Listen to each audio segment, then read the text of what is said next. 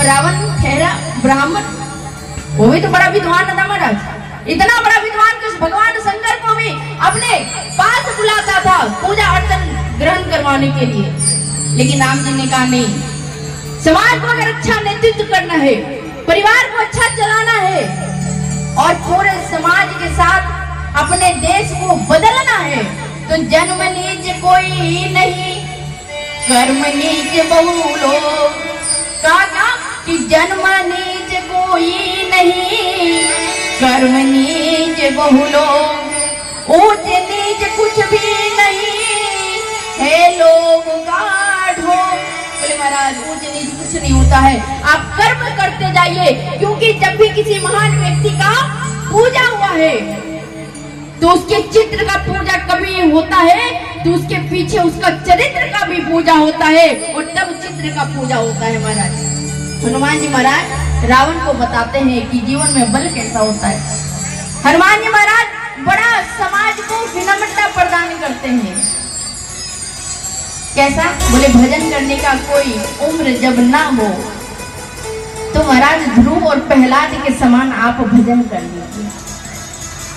भजन करने में लिए आप टालिए मत, आप भजन करते चले जाइए। किसी ने बड़ा सुंदर कहा,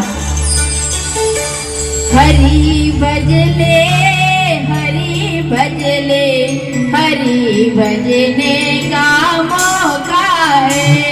हरि भजले हरि भजले हरि भजने का मौका है।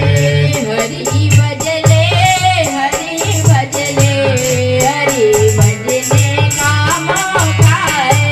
हरि भजले हरि भजले हरि भजने का मौका है। अभी भजले अभी भजले अभी भजने का मौका है। अभी भजले अभी भजले अभी भजने का मौका है। दोनों से बड़ी बड़ी ताली बजा देंगे।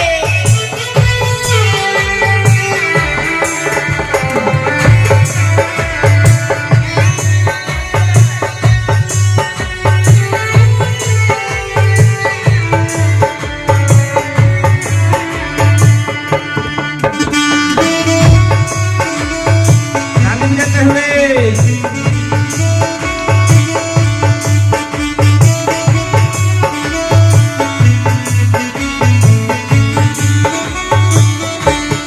ये जीवन 4 दिन का है, ये मौका बड़ा अनोखा है। जीवन 4 दिन का है, ये मौका बड़ा अनोखा है। ये जीवन 4 दिन का है, ये मौका बड़ा अनोखा है। जीवन 4 दिन का है, ये मौका बड़ा अनोखा है। हरि भजले हरि भजले हरि भजने का मौका है। हरि भजले हरि भजले हरि भजने का मौका है। जय हो।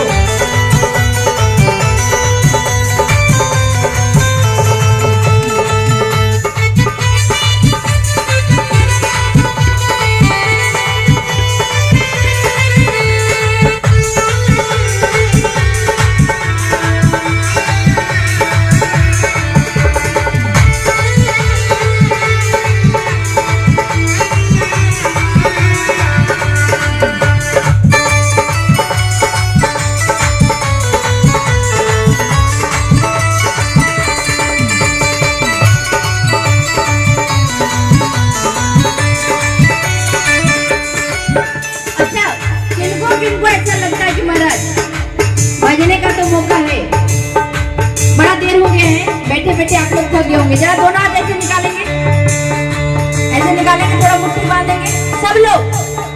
अरे भैया कुर्सी वाले को टैक्स थोड़ी ना लग रहा है, पैसा थोड़ी ना मांग रहे हैं। करोगे करोगे योग रहोगे निरोग। थोड़ा ऐसे करो, थोड़ा ऐसे करिए, क्योंकि आप बैठे बैठे थक भी जाते होंगे थोड़ा थोड़ा। भाई इतना देर से बैठे रहना है,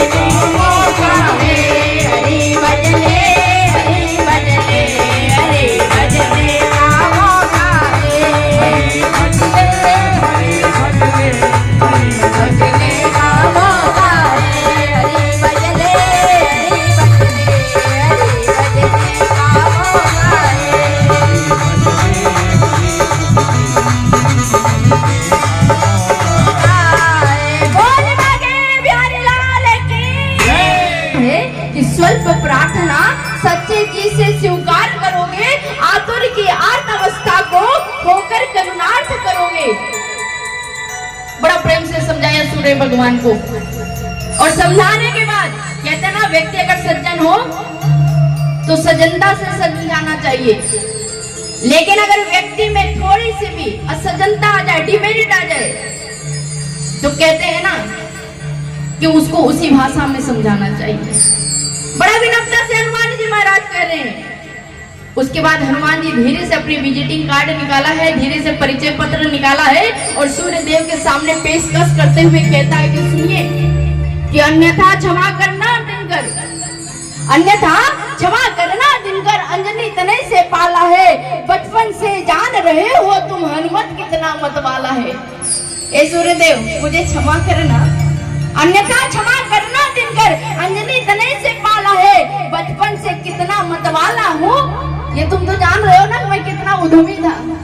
अरे पकड़कर भगवान सूर्य को जो बचपन में ही मुख में रख लिए, उन्होंने सावधान कराया कि देखो अगर विनम्रता से नहीं मानोगे तो मेरे पास दूसरा सिद्धांत भी है, दूसरा रास्ता भी है। व्यक्ति में धैर्यता हो, सज्जनता हो, समाज को आप दिखाते रहिए। लेकिन हनुमान जी कहते हैं कि देखो अपनी विजिटिंग कार्ड बाद में निकालना, कहा अन्यथा क्षमा करना दिनकर, अंजनी तनय से पाला है, बचपन से जान रहे हो तुम हनुमत कितना मतवाला है। मुख में तुमको धर करके, मुख में तुमको धर रखने का फिर वही क्रूर साधन होगा, बंदी मोचन होगा, तब लक्ष्मण का दुख मोचन होगा। जीवन में तुमको मैं तभी छोड़ूंगा जब लक्ष्मण जी का दुख हरण हो जाएगा। महाभारत की जब वो दृश्य उठकर आता है, जब द्रौपदी जी का चिरहरण होता है, तो दृश्य उठकर आता है, बोले क्षमा कीजिए सबको। जीवन में सबको जीने की हक होता है, क्षमा सबको करना चाहिए।